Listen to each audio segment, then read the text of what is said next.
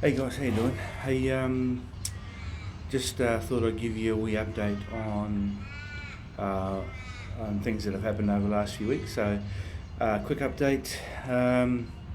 So a couple of weeks ago, well, a few weeks ago now, received a phone call about them finding more cancer back in the bowel train, and me needing to possibly have some more surgery for it. So what I had to do was get back here because I was up in the Pilbara at the time on a job at on a mine site, and I had to come back down here and get all these scans and that done. And basically, when I got the PET scan, the liver lit up quite a bit. So focus moved from the bowel to the liver.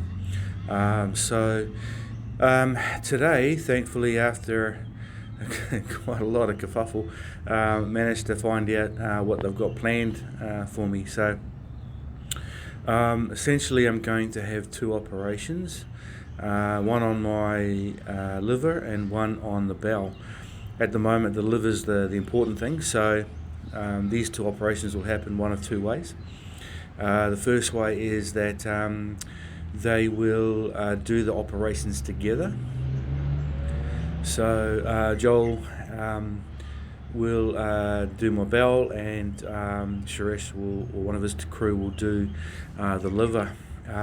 There's a bit of a problem with that though, and that is they don't have the right equipment at Midland to do my liver.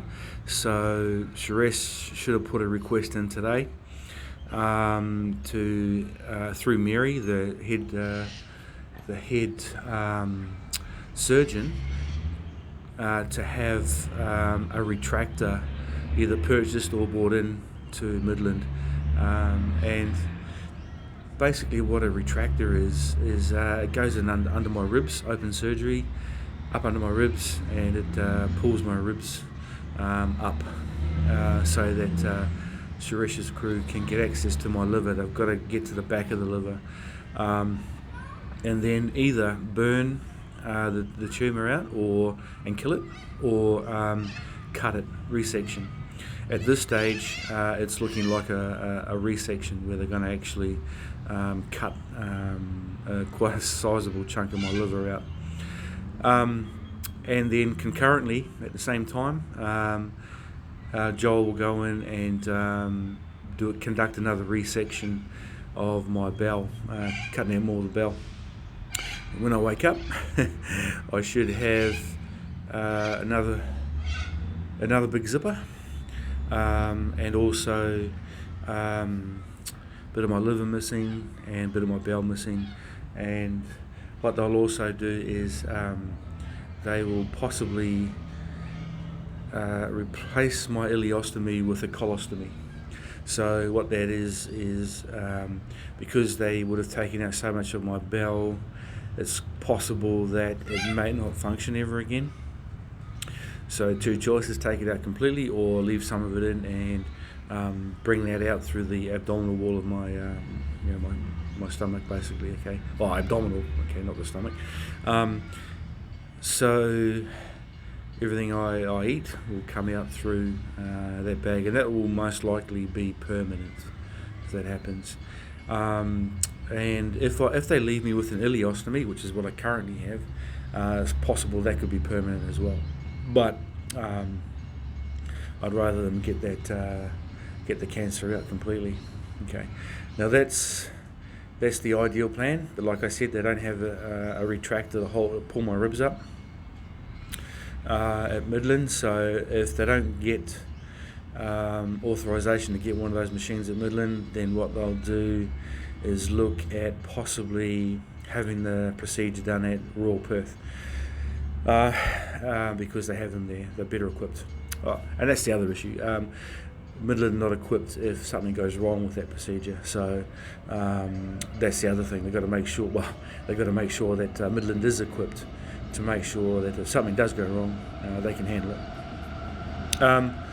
So that's where I'm at. And then after that, it's likely I'll have a bit of chemo afterwards to mop up.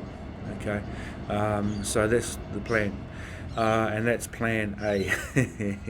Plan B, if they don't get authorization to get the retractor, if they are unable to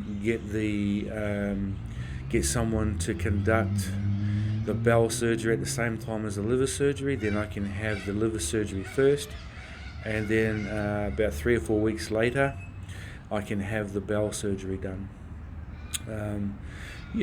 So that's what I'm hoping for, either plan A or plan B, and at the moment that's what it's looking like. Okay, so yeah, I should be a lot happier than what I look at the moment, but it's just a roller coaster ride. And the thing is, this morning we got a little bit of a muck around, and it's not anyone's fault. It's just the way that things work. The doctors are not always talking to each other or up to date with each other, because obviously I'm not the only patient. There are many other patients that they look after, and the doctors work across many different hospitals as well. So they've got 100 things going on, and so it really needs someone to actually tie them all together. And thankfully, after my first meeting this morning, I managed to send a text to my cancer liaison, Nicole, who was just brilliant. And and she didn't even reply to me. I thought, oh, she hasn't heard me, but she actually was going around banging heads, basically. And she went and spoke with the liver guys, and got them to sort it out, and they got me back in, and we had a better conversation around what was going to happen. This is where I found out all this information. So they already had a plan. They already knew what they were doing. They just, being so busy, they quite often forget to communicate to the patients. Okay, and that's the role of Nicole, the cancer liaison, who chases things up for you. She's brilliant. So all this is going to hopefully happen within the next 4 weeks. They've got a lot of work to do, and marrying things up. There's doctor schedules. Getting authorization for the different hospitals for this work to actually be conducted, and or get the retractor brought into Midland. Cool. So this is why it's taking so long.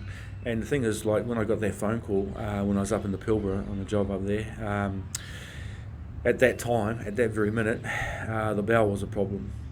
But consequently, after getting those scans, they realised that the liver has taken off. The tumour in the liver is quite aggressive, and it's started growing quite a bit in my liver. So the focus shifted from that to my liver, and which I know that had I carried on with just the bowel, I probably would have had that done already.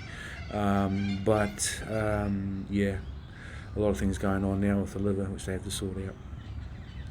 So, as bad as it sounds, it's actually a good outcome today, and I feel quite happy about it, even though it may not look like it, because there's progress. And really, when you're talking cancer, the best thing to do is to try and get it out of your body if you can. And in this case, both of these surgeons are keen to get in there and get both of these cancers out. So I'm with them. So I'll do everything I can that they need me to do to prep and get ready for it, and make sure it goes smoothly. Okay, cool. So other than that, it's been quite a roller coaster ride. I did take some video a couple of days ago. You think I was in Midland, where they're going on here, but actually in Guildford, of all places. But anyway,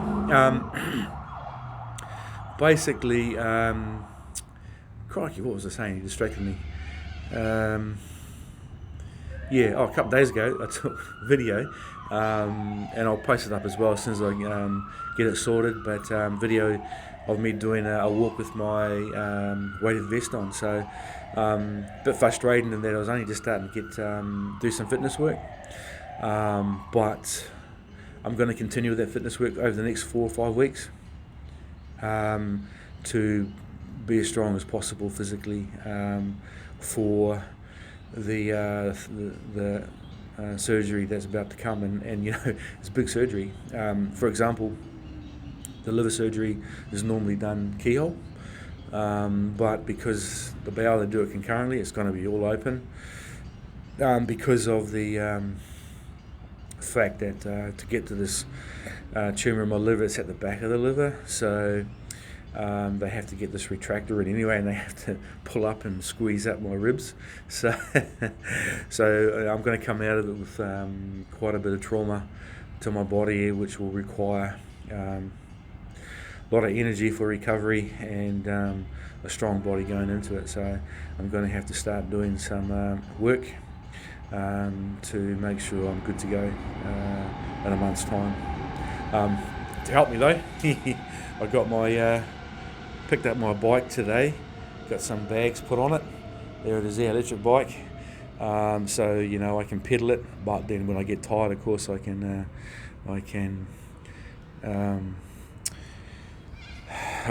use the electric motor, which is awesome. And I'm also been doing some weights. Just started doing some weights on my power rack. Not doing a lot. Bench press, lat pull downs, seated rows, shoulder press with dumbbells, and that's really about it. And then jumping on the spin bike. Okay, I would like to do some swimming. I might still do that. We'll have a think about that. But so yeah, that's where I'm at, and hopefully, well, things are going to go well. I've got the best surgeons available, I believe. So everyone keeps talking about just how good they are, and so I'm in good hands, and we'll get this done. Cool. So that's an update. Things are progressing. All right. Well, I'll keep you up to date. I'm thinking I might do some fitness videos just to show people that it is possible to actually work out with a stoma, because once I'm finished this, it's likely I'm going to have that stoma, whether it's an ileostomy or a colostomy. I'm going to most likely have that permanently. Okay, so I need to work out how to exercise safely with that. Cool. All right. We'll catch you later.